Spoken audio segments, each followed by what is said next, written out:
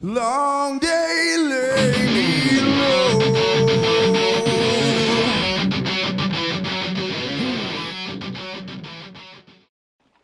Excuse me while I whip this out. Hello, everybody. Welcome back to another episode of Excuse Me While I Whip This Out. We will be pulling out a comic from a comic box that was in the closet. Closet over there. Jason Bascom here, co-creator of Unhinged Entertainment, creator of Absolute, writer and artist extraordinaire. Sure, why not? Let's go with that. So pulling out you might hear a little laugh. There's people here. Anyway, very professional. Just gonna pull out a comic and we're gonna go over it, talk about it, try to make things a little smoother this time. So yeah, I'm gonna go from the front. What's this? Oh, I pulled out two, so we'll put this top one back. Apparently, oh, that's a good one. Wait for us to see that for later. This was a big guy. So felt it. Stood out. Look at this. Look at that. Sin City. Dame to Kill For. The Dame to Kill For was look at that. Smack it. It was in Dark Horse Presents actually. It was like one of the minis in Dark Horse Presents. Obviously, the story of Marv, big influence on Absolute, actually. The black and white aspect of it. Obviously, it wasn't trying to replicate that. But, I forgot I even... This was mine. Maybe this is my comic box. I don't know, I thought it was my brother's.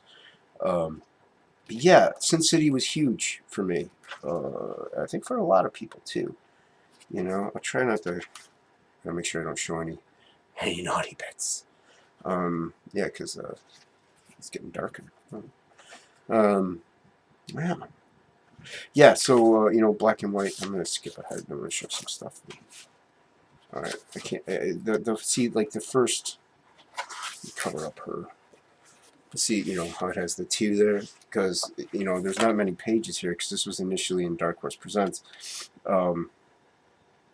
But if you look at the first few parts of it, it's a lot more detailed than the rest of it.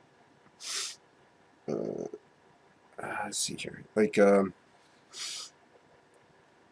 could see, there's nothing in this, I think.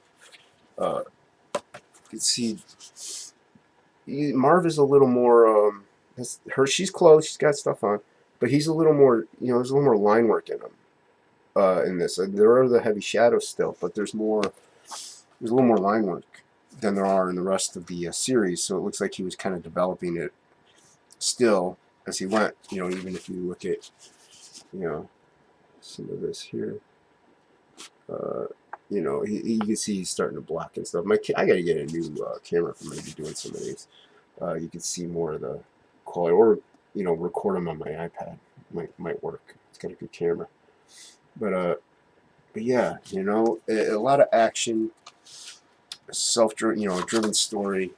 It straight to the point. You killed a girl, and I gotta find out who killed her. Like, that's it. Look at this. That's awesome. Stuff like this is really what inspired me to want to do black and white and to focus more on the line art stuff. And do more heavy shadows. So I love stuff like this, man. Like, look at, awesome that it's just a simple. One. It's kind of like a splash page, but it's just one figure. It conveys an emotion, or you don't even need to read there. And you can see this dude's, he's walking in a dark area. He's thinking, he's in deep thought, he's troubled. But it's a simple still image. There's Nancy. Yeah, Jessica Alba said she would have done it, as in the book, if they had asked her to, she said. But Unfortunately, they didn't. But yeah, so everyone loves Marv. There were some scenes. I'm not talking about the movie mainly, but I'm mainly talking about the comic. But there were some scenes that they did cut a little bit of, but they stayed pretty true.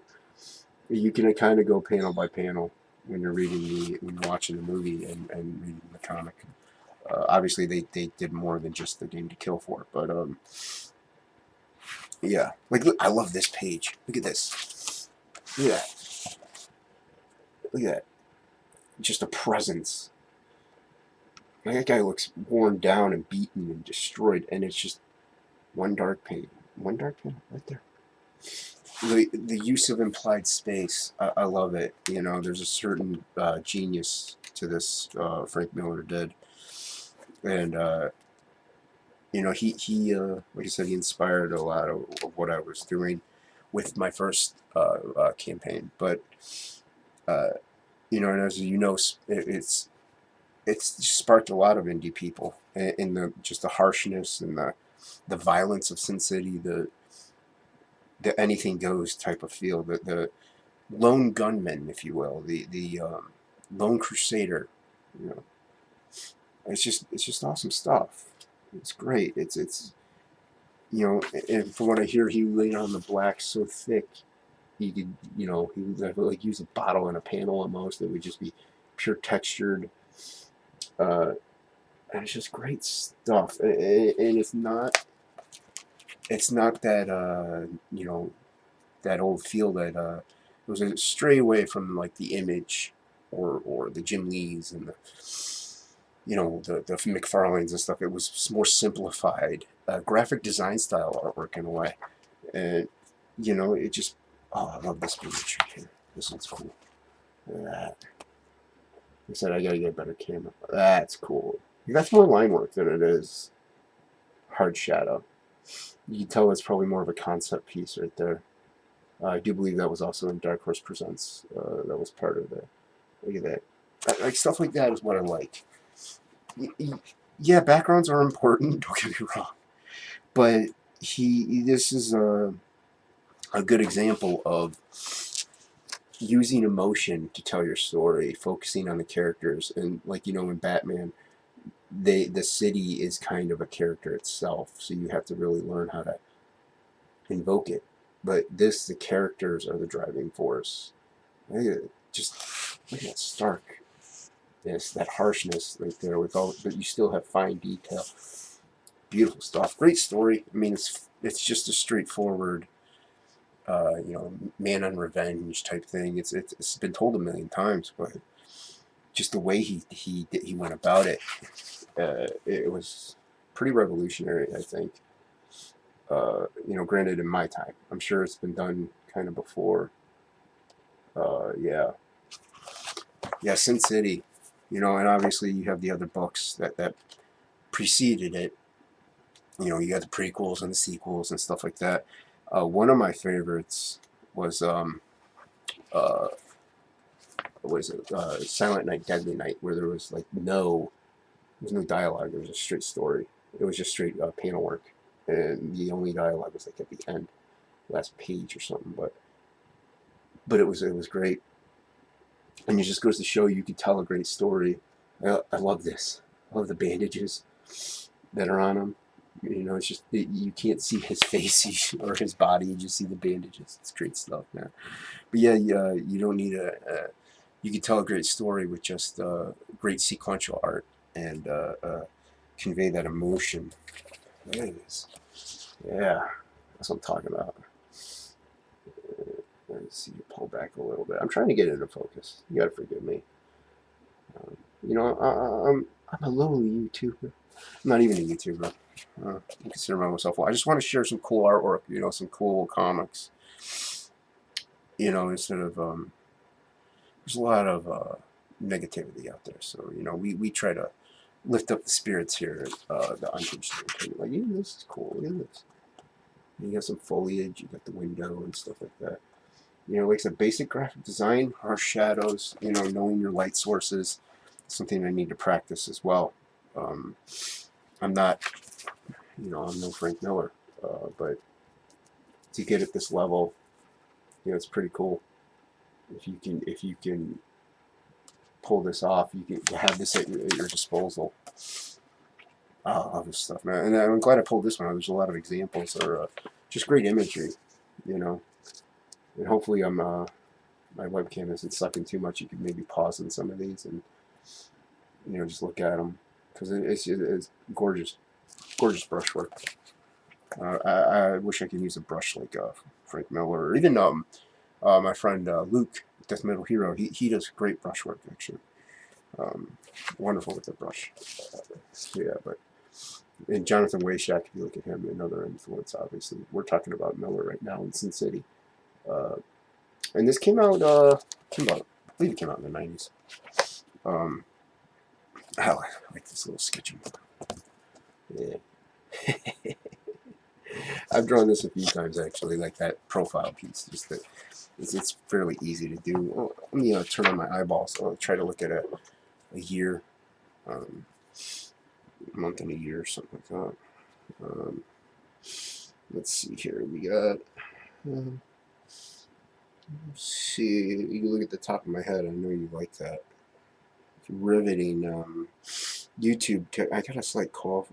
Copyright 1994. Yeah, so this is around during the Image days. Yeah. So, right. And John Byrne. Wait, what? Oh, Legend. Oh, okay, yeah. 94. Frank Miller. Okay. John Byrne. Legend. That's why. Okay. Legend icon. That's why. Yeah, I guess like cold. There's no. It's not the virus of unspecified origins, as the drinker says. Yeah, this is the trade paperback, obviously, of it. Yeah, I do believe it's the name of Kill For. Pretty sure that's the name of it. The series that was in Dark Horse Presents.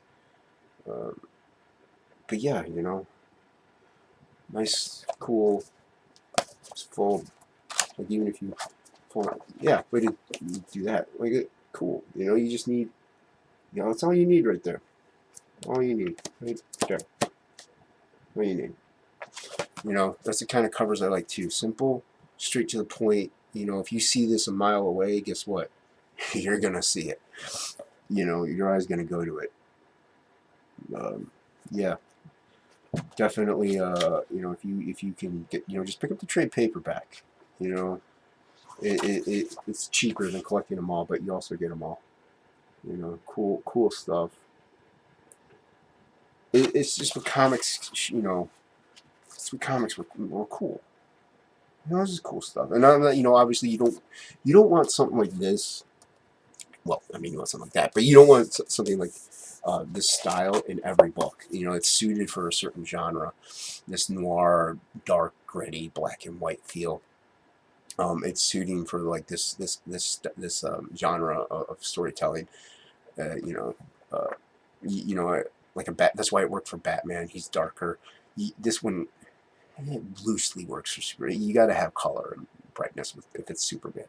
But yeah, the darker characters it works for, but definitely a noir. Yeah, it's not really a crime novel, but you know, an adventure, so to speak. So yeah, like great book. Highly, if you can find, you know, you should be able to find this online, no problem. But yeah, thank you once again for another, excuse me while I whip this out, episode. Hope you liked it. You know what to do if you did. If you didn't, everyone go sign up for Absolute Book 2, currently in pre-launch on Indiegogo. Links will be in the description. Thank you for watching, and have a lovely